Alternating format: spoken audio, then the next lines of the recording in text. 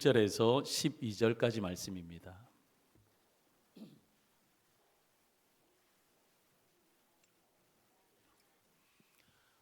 요한계시록 3장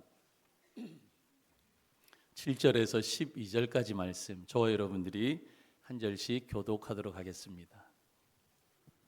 다 찾으셨는데 한 분이 안 찾으셔서 조금만 기다려 주세요. 예. 옆에 도와주셔서 감사합니다. 제가 먼저 7절 읽겠습니다. 빌라델비아 교회의 사자에게 편지하라. 거룩하고 진실하사 다윗의 열쇠를 가지신 이 곧 열면 닫을 사람이 없고 닫으면 열 사람이 없는 그가 이르시되 보시오다, 내가 내 앞에 열린 문을 두었을 때 능히 닫을 사람이 없으리라. 내가 내 행위를 아노니 내가 작은 능력을 가지고서도 내 말을 지키며 내 이름을 배반하지 아니하였도다. 보라, 사탄의 회당 곧 자칭 유대인이라 하나 그렇지 아니하고 거짓말하는 자들 중에서 며칠 내게 주어 그들로 와서 내 발 앞에 절하게 하고 내가 너를 사랑하는 줄을 알게 하리라. 네가 나의 인내 말씀을 지켰은지 내가 또한 너를 지켜 시험의 때를 면하게 하리니 이는 장차 온 세상에 임하여 땅에 거하는 자들을 시험할 때라. 내가 속히 오리니 내가 가진 것을 굳게 잡아 아무도 내 면류관을 빼앗지 못하게 하라. 이기는 자는 내 하나님 성전의 기둥이 되게 하리니 그가 결코 다시 나가지 아니하리라.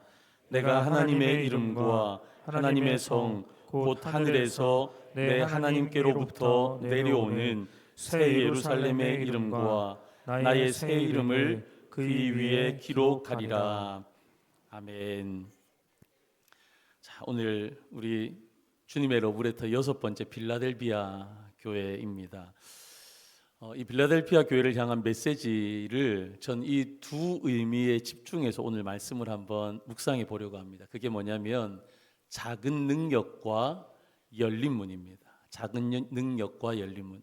이 두 가지 의미로 우리 주님께서 빌라델비아 교회에게 주신 그 칭찬들에 대해서 우리가 한번 살펴보려고 합니다.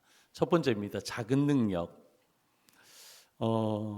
제가 이번 주에 이런 인터넷의 글을 읽어보았어요. 어떤 인터넷의 글이냐면 여러분들은 교회를 선택하는 기준으로 어떤 교회를 선택하시겠습니까? 라는 글이에요.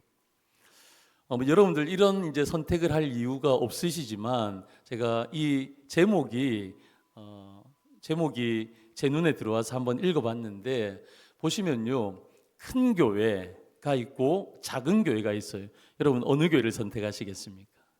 그리고 대단한 능력을 가진 교회가 있어요. 큰 능력을 가진 교회가 있어요. 그리고 작은 능력을 가진 교회가 있어요.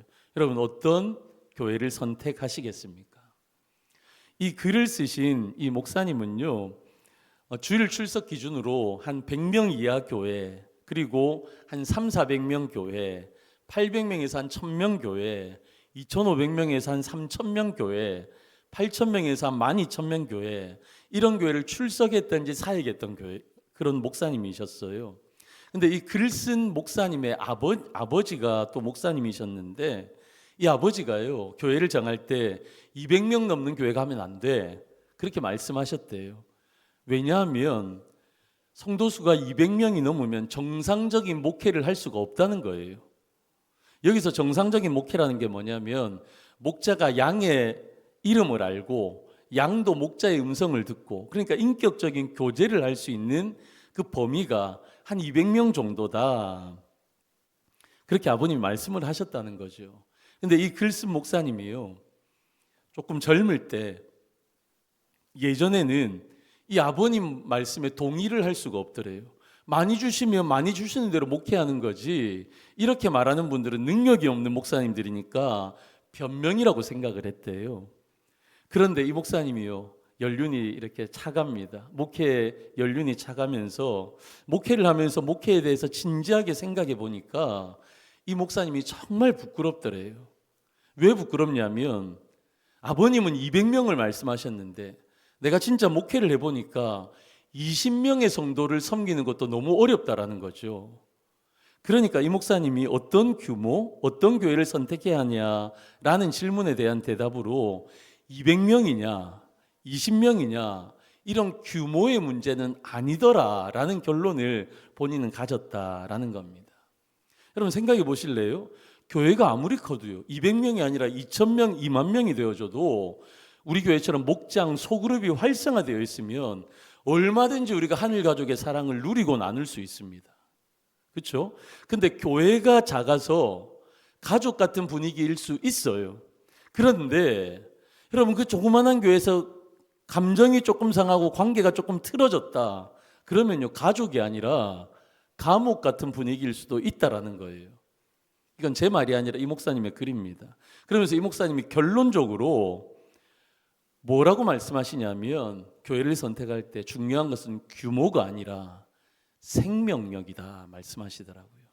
여기에 생명력이 뭐냐면 말씀입니다.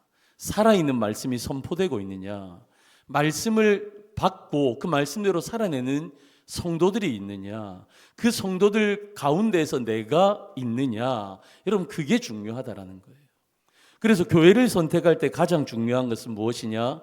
말씀이 들리는 교회를 선택하라. 설교가 들려야 된다는 거예요. 여러분 설교에 하나님의 말씀이 들려야지 그 말씀이 내 마음 가운데 심기워지죠. 그 심기워진 말씀대로 살아내니까 그 살아내는 가운데 30배, 60배, 100배로 믿음의 결실이 맺혀지는 거 아니겠습니까? 여러분 이 목사님의 말씀은 이거였어요. 공감이 되시나요? 저는 공감이 되었어요. 그러면서 저는 이 글을 읽으면서 제 혼자 이런 묵상을 해보았는데 우리는 수의 외형에 너무 민감하다라는 생각이 들었어요. 성도님들 가운데 그런 분들 계세요. 커야지 좋고 작으면 싫어 하시는 분들 계세요. 그리고 반대로 작으면 좋고 큰 것 자체가 싫어, 나는 큰 교회도 싫고 그래 싫어 이렇게 생각하는 분들도 계십니다. 왜냐하면요 우리가 자꾸만 보이는 것에 마음을 빼앗길 때가 많다라는 거예요. 그러면 여러분 하나님은 어떤 교회를 기뻐하십니까? 우리 하나님께서는 어떤 교회를 칭찬하십니까? 더 나아가서 우리 중동교회는요 어떤 교회가 되기 위해서 달려가야 하는 것입니까? 저는 그 해답을요 오늘 빌라델비아 교회를 통해서 우리 같이 한번 상고해 보았으면 좋겠습니다. 여러분 빌라델비아라는 교회는요 저기에 위치해져 있습니다. 여러분 이 빌라델비아 교회는 별명이 있었는데 동양으로 가는 관문이라는 거예요. 그러니까 좌측 상단에 보시면 빌립보, 네아폴리, 데살로니가 저 보이시죠? 저기가 유럽이에요. 그런데 저기 빌라델피아에 제가 양손잡이래 가지고 오른쪽엔 좀 개념이 없어요. 하여튼 그 옆에 보시면 안디옥, 이고니온 있잖아요. 저기가 아시아예요. 그러니까 유럽의 문물들이 아시아로 가는 관문이 빌라델피아였어요. 딱 그렇게 보이시죠? 그러니까 이 빌라델피아라는 곳은 무역로가 교차하는 데고요. 로마의 우편 도로가 통과하는 중요한 교통의 거점 지역이 빌라델피아였습니다. 감사합니다. 그런데 문제는요. 이렇게 좋은 지리적인 위치인데 문제가 뭐냐면 이 빌라델피아에 지진이 아주 자주 발생했어요. 지진이 발생하니까 도저히 거기 살 수가 없는 무서운 거예요. 그러니까 어떻게 합니까? 많은 인구가 주변으로 자꾸만 빠져나가는 거예요. 그러니까 도시의 생계 자체가 위협을 받기 시작한 겁니다. 여러분 빌라델피아는 이렇게 교통의 요충지여서 크게 성장할 수 있는 가능성이 있었는데 이런 지진이라는 불안 요소와 장애로 인해서요 더 이상 성장할 수 없는 도시가 빌라델피아였습니다. 여러분 도시가 이렇다 보니까 교회도 마찬가지였어요. 교회도 똑같은 어려움을 겪을 수밖에 없었습니다. 여러분 여기에서 살 수 없다 생각하니까 이 시민들이요 자꾸 떠나가요. 그 속에는 누가 있었느냐? 그 빌라델피아 교회의 성도들도 자꾸만 이 도시를 떠나가기 시작합니다. 그런데 남아있는 성도들도 경제적으로 만만치 않으니까 경제적으로 어려움을 당하고 있었습니다. 그런데 더군다나 이 문제는 늘 여기에 있었어요. 상인조합 길드가 여기에도 있었던 겁니다. 예수를 믿기 정말 어려운 경제적인 환경에 그래도 먹고 살려면 이 상인 조합에 들어가야 되는데 여러분 신앙의 양심상 들어갈 수 없는 거예요. 그러니까 예수 믿기 최악의 조건을 가지고 있는 도시와 교회가 빌라델피아였다라는 겁니다. 이해가 가시나요? 여러분 이런 상황에서 예수님은 그들의 이 빌라델피아 교회를 언급하시면서 뭐라고 언급하세요? 그들의 능력이 작다라는 것을 언급하십니다. 여러 가지 상황으로 정황상 어떻습니까? 그 교회는 작을 수밖에 없어요. 성도들이 자꾸 떠나가는데요. 그러니까 교회가 작은 교회일 수밖에 없어요. 교회가 작다 보니까 어떻습니까? 그들의 능력도 작을 수밖에 없는 거죠. 그런데 여러분, 주님은 이들의 능력이 작음을 언급하셨지만 애초에 이들의 믿음을 증명하는 것은 능력의 크고 많음이 아니다라는 것을 말씀하십니다. 그들이 가진 능력을 통해서 그들이 얼마나 많은 성취와 업적을 이루었는지 예수님은 거기에 아무런 관심이 없으세요. 그 교회가 성도의 수가 얼마나 늘어나고 있는지, 그래서 교회가 커지니까 사회적으로 얼마나 큰 영향력을 끼치고 있는지, 이런 건요 우리 예수님에게 전혀 중요하지 않았다라는 겁니다.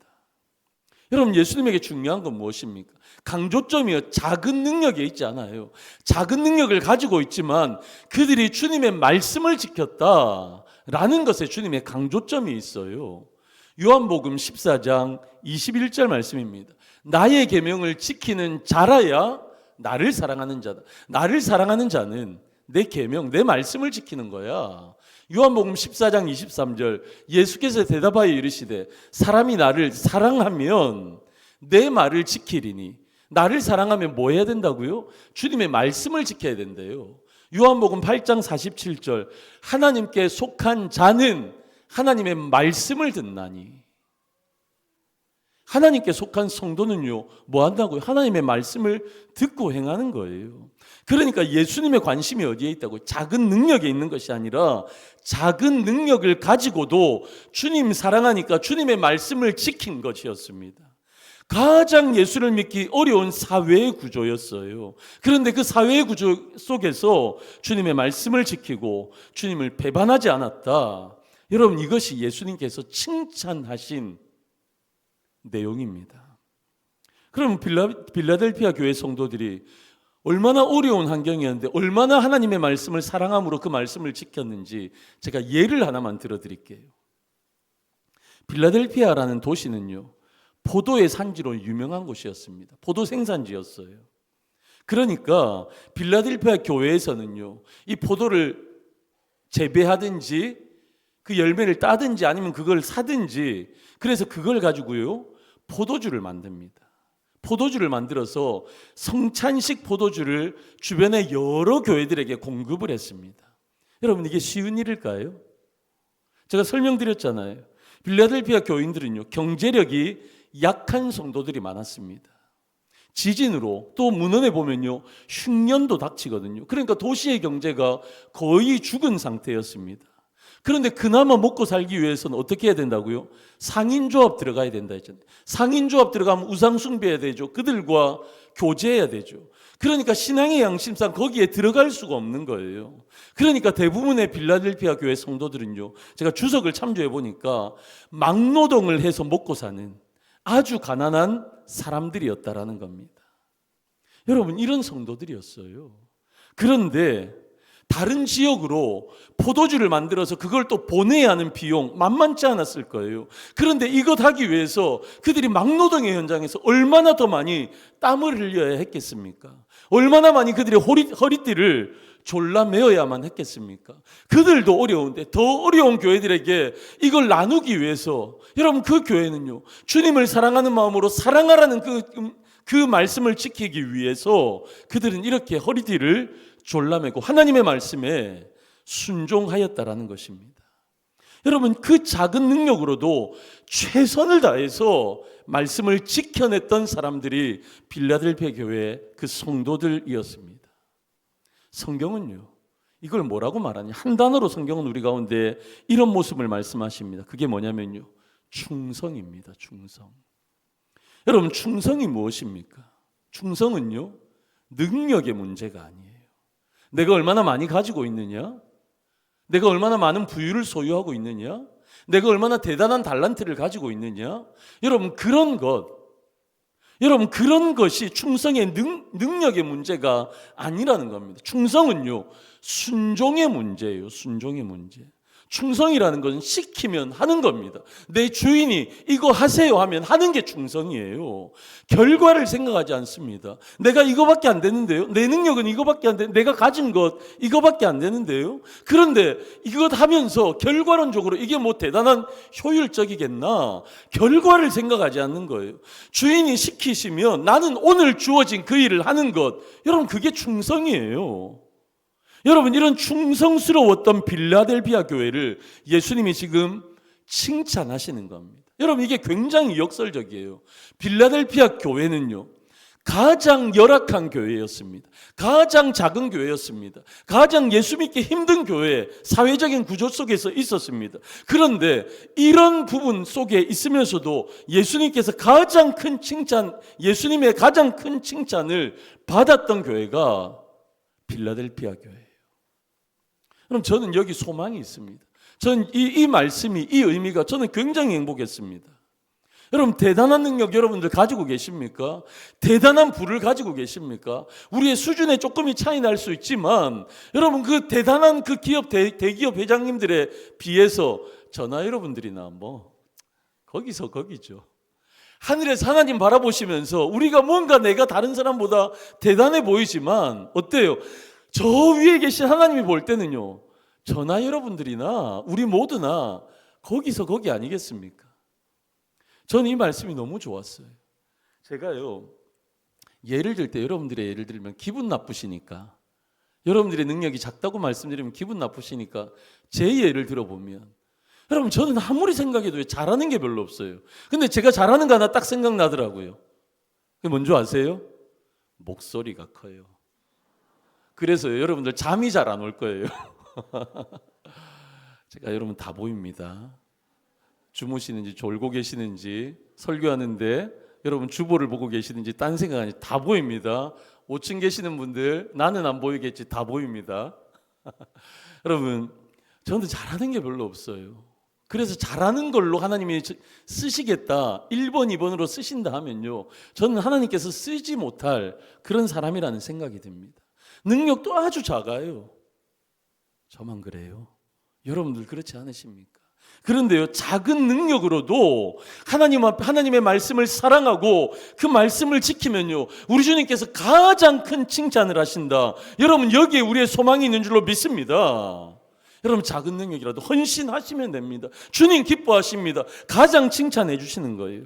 그런데 여러분, 작은 능력과 연결되는 또 중요한 개념이 오늘 본문의 말씀에 나옵니다. 그게 뭐냐?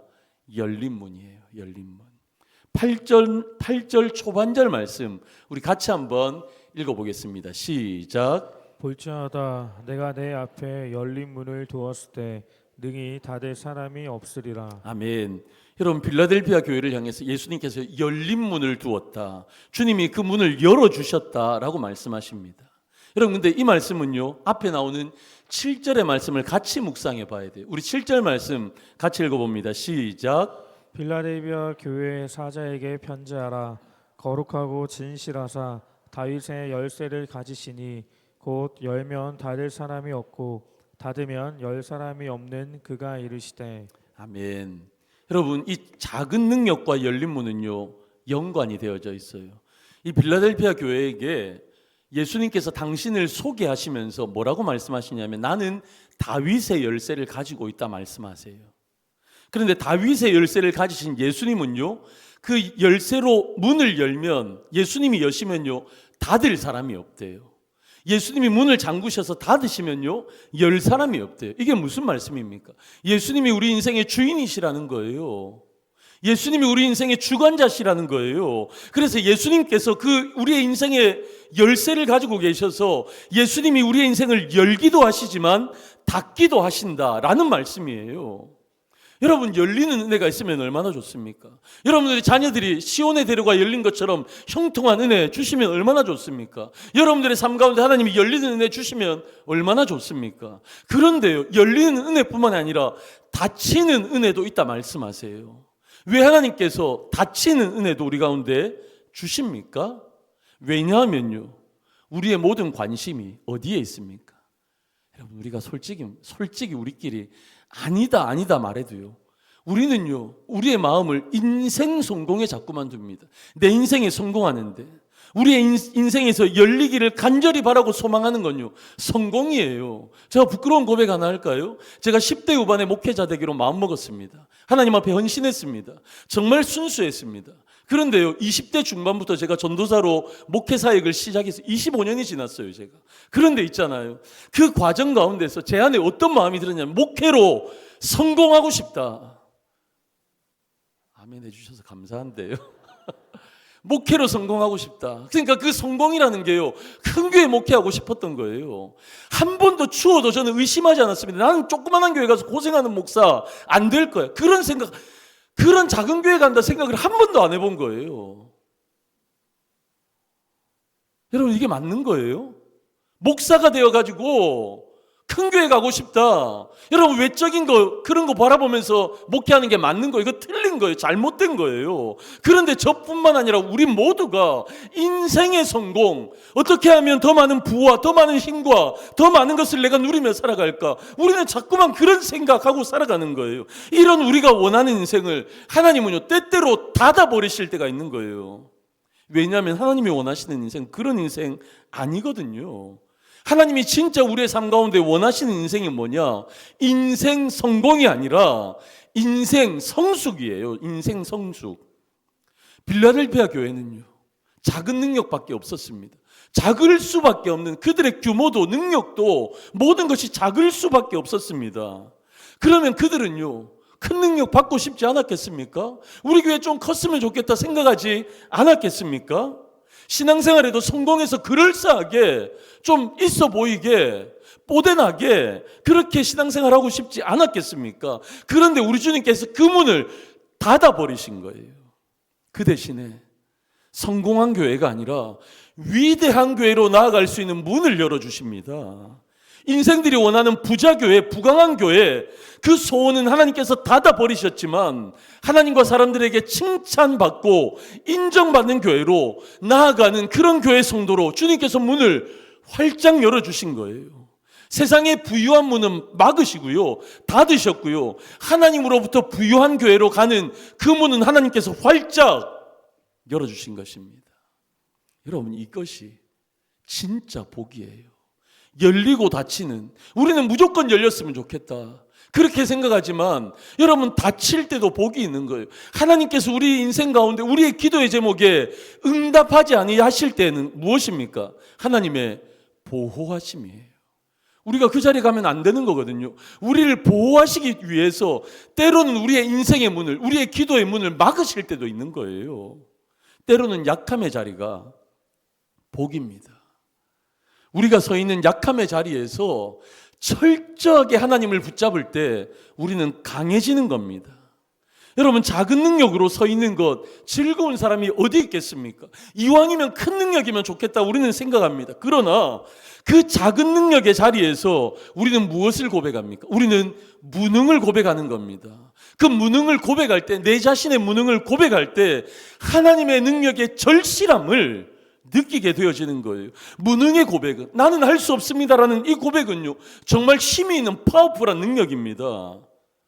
그 이유는요, 내 무능의 순간, 하나님 나 할 수 없어요. 하나님 나 부족해요. 하나님 도와주시지 않으시면 난 아무것도 할 수 없어요. 나의 한계를 발견하면, 나의 무능을 고백할 때 그때야 비로소 하나님의 전능하심이 보이기 시작하는 겁니다. 할 수 없는 나 자신을 인식하며 나의 작은 능력을 고백하는 그 순간 하나님이 일하기 시작하시는 겁니다. 작은 능력 때문에 주님을 바라볼 수만 있다면 여러분, 그때 우리의 인생이 가장 귀한 복, 하나님이 열어가시는 복을 우리가 경험하게 될 줄로 믿습니다. 예레미야 17장 7절과 8절입니다. 그러나 무릇 여호와를 의지하며 여호와를 의뢰하는 그 사람은 복을 받을 것이라. 진짜 복 받은 사람 누구라고요? 진짜 복 받는 사람은요, 자기를 의지하는 사람 아닙니다. 나는 이거 할 수 있어요, 저거 할 수 있어요, 여러분 말하는 사람 아닙니다. 철저하게 자신의 무능을 고백하면서 여호와를 의지하는 사람, 여호와를 의뢰함으로 나아가는 사람, 그 사람이 진짜 복 받은 사람이에요. 그래서요, 그런 사람들에게 하나님 어떤 은혜를 주십니까? 그 입이 청청하며 가무는 해에도 걱정이 없고 결실이 그치지 아니할 것이다. 나의 무능을 고백할 때 하나님 이런 은혜를 주신다는 겁니다. 여러분, 그래서 진짜 중요한 거 이거예요. 우리는요, 무능을 선택하는 사람이 아니에요. 나는 무능하다고 선택해서 그 길을 가는 사람이 아니에요. 우리는 무능을 선택하는 사람이 아니라 무능을 고백하는 사람이에요. 우리 하나님, 나는 할 수 없어요. 이때 하나님이 우리의 삶의 문을 열어주시는 줄로 믿습니다. 저는요, 우리 중동교회를 열어가시는 하나님의 복, 우리 중동교회를 열어가시는 하나님의 복이요, 저는 영적으로 너무 많이 느껴져요. 오늘 제가 그 몇 가지 한번 나눠볼까요? 지금 우리가 예배를 드리고 있습니다. 예배를 드리고 있는데요, 제가 여러분들의 얼굴이 다 보여요. 다 보여요. 근데 있잖아요, 여러분들의 얼굴을 보면요, 어떤 줄 아세요? 얼굴이 환해요. 한번 웃어달라는 얘기입니다. 우리 오충도 한번 웃어주세요. 여러분, 여러분들의 얼굴이 정말 예배 드릴 때 여러분들의 얼굴이 정말 환해요. 여러분, 이거보다 더 큰 은혜가 어디 있겠습니까? 우리 얼굴은요, 마음의 거울이에요. 마음에 근심이 있고 수심이 있고 염려가 있는데 여러분들의 얼굴 가운데 미소가 띄어질 수가 없어요. 여러분들이 하나님이 열어주신 은혜를 경험하니까요, 여러분들이 예배드릴 때 미소가 있는 거예요. 웃음이 있는 거예요. 환한 표정이 있는 거예요. 여러분, 이것만큼 큰 은혜가 어디 있겠습니까? 사랑하는 성도 여러분, 교회가 열려지면 성도들의 삶과 가정도 열리는 축복이 임하시는 줄로 믿습니다. 여러분, 교회가 잘 되는 것이 여러분들의 기쁨이 되셔야 돼요. 하나님께서 교회를 열어주실 때는 나중에 반드시 성도의 가정, 성도의 삶, 여러분들의 자녀를 반드시 열어주시는 줄로 믿습니다. 그래서 우리는 교회를 사랑하며 교회에 하나님의 은혜가 열려지기를 우리는 함께 기도해야 하는 것입니다. 여러분, 요즘 우리 교회가 얼마나 열려지고 있습니까? 얼마나 뜨거워지고 있습니까? 얼마나 그 충만한 은혜로 가득 차 있습니까? 여러분, 혹시 2022년도 우리 교회 표 기억나십니까? 2024년도는요, 우리는 하늘 가족입니다. 2022년도 여러분 표 기억나시는 분? 그래서 제가 여러분들을 사랑하는 거예요. 자꾸 까먹고 또 까먹고, 그건 너무 감사한 일이에요. 그래서 제가 한 6년 차 때, 제가 온 6년 차 때 이거 다시 한번 하려고 생각하고 있습니다. 그럼 뭐였어요? 예배는 우리의 심장이고 기도는 우리의 동력입니다. 이거였어요. 2022년도 여러분 생각해 보시면요, 별로 한 것도 없어요. 맨날 예배, 기도. 그래서 예배는 우리 심장이고 기도는 우리의 동력입니다. 예배. 그렇게 1년 보냈어요. 제가 처음 우리 중동교회 부임했을 때 코로나 정중앙에 왔잖아요. 그래서 어떤 주일에는요, 저하고 우리 교역자들만 여기 큰 예배당에 우리끼리만 앉아 있었을 때도 있었어요. 그때는 여러분들이 나오기 싫어서 그런 게 아니라 정부에서 방침이 그랬던 거 기억나시죠? 벌써 다 까먹은 거 아니시죠? 여러분, 그거 기억하셔야 돼요. 예배의 소중함 우리 기억해야 됩니다. 성도님들이 너무 안 계시니까요. 한국교회 전체적인 분위기가 우리의 예배가 너무 많이 무너져 있을 때였습니다. 성도님들이 너무 그리웠습니다. 그래서요, 제가 예배는 우리의 심장이고 기도는 우리의 동력입니다, 이 큰 주제 아래 부제를 하나 정했어요. 그 중에 하나가 뭐였냐? 이거였어요. 1200명의 예배자를 주시옵소서. 기억나시나요? 1200명의 예배자를 주시옵소서. 제가 우리 장로님들을 통해서 듣기로는요, 우리 교회가 가장 부흥할 때가 1200명의 예배자, 우리 차세대를 포함해서 모였다라고 제가 들었습니다. 근데 코로나 조금 전에, 그때는요 조금 동력이 떨어져서 그때는 1200명마다 조금 많이 못 미치는 인원이 우리가 모였다고 들었어요. 그때 그 마음을 주셨습니다. 하나님, 우리 중동교회 다시 한번 부흥의 때를 주십시오. 영원히 살아나는 부흥의 때를 주십시오. 물밀듯이 몰려오는 하나님 예배자들을 우리 가운데 허락해 주십시오. 코로나 중에도 코로나가 지나면서 그런 예배자들을 우리 가운데 보내어 주십시오. 그렇게 목표를 정하고 우리가 함께 기도하고 예배 드렸잖아요. 여러분, 목표가 이루어졌겠어요? 안 이루어졌겠어요? 뭐 그래 당당하게 믿음 좋게 외치십니까? 1200명 만만치 않아요. 여러분, 이루어졌습니다. 할렐루야. 그럼 제가 있잖아요. 우리 교회가 이렇게 해서 이렇게 많이 모인다. 제가 그 자랑하려고 이 말씀을 드리는 게 아니에요. 왜 그런지 이유를 말씀드리려고 그러는 거예요. 여러분, 2022년도 코로나가 좀 많이 지나면서 하나님께서 우리 가운데 너무 많은 새 가족들을 우리 가운데 보내주셨어요. 새 가족이에요. 우리 가운데 가족들을요, 이렇게 많이, 하늘 가족이잖아요. 그 새 가족들을 우리 가운데 그렇게 많이 보내주시는 거예요. 2023년도도 마찬가지입니다. 우리 경기선호의 애지간한 중경교회들만큼 세울 수 있을 정도로 우리 교회 새 가족들을 계속해서 보내주시는 거예요.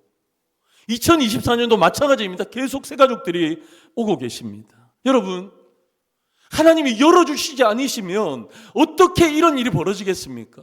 오늘 일부 예배 때도 올해 나오지 않는 성도님들이 나오는 걸 보면서 제가 또 할렐루야 하나님 감사합니다. 하나님 열어주지 아니하시면요, 새 가족들이 어떻게 오며, 그리고 오랫동안 교회를 나오지 않은 분들이 어떤 담대함으로 교회를 다시 나올 수 있겠습니까? 하나님이 열어주셔서 가능한 거예요. 무엇 때문에요? 하나님이 하셨고 하나님이 하신 거예요. 하나님이 하신 겁니다. 몇 사람이 열심히 한다고 되는 게 아니에요. 하나님이 열어주시는 은혜를 주셨기 때문에 가능한 겁니다. 여러분, 코로나 이전에 80%만에 회복해도 선방했다. 우리 목사님들 만나면 그런 얘기를 하거든요. 그런데 우리 교회는요, 이제 회복을 넘어 부흥으로 나아가고 있으니 얼마나 감사합니까? 하나님이 하셨고 하나님이 하셨습니다. 하나님이 열어주셔서 가능한 것인 줄로 믿습니다. 왜요? 우리가 고백합니다. 우리 날마다 고백합니다. 우리의 힘으로 할 수 없습니다. 우리는 하나님 앞에 우리의 무능을 고백합니다. 우리가 대단한 교회 아니고, 우리가 사랑의 교회, 온누리 교회예요, 여의도 순복음교회, 그런 교회 아니라도, 그래서 우리는 무능합니다. 우리는 할 수 없습니다. 우리의 무능의 고백을 하나님이 받으신 거예요. 하나님이 열어주십니다. 여러분, 그런데 중요한 것은요, 제가 수에 대해서 말씀을 드려 좀 죄송합니다. 그런데 그것보다 더 우리 가운데 하나님의 은혜가 차고 넘치는 은혜가 있어요. 그게 뭐냐면요, 제가 늘 기도하는 겁니다. 여러분들에게도 여러 차례 말씀을 드렸습니다.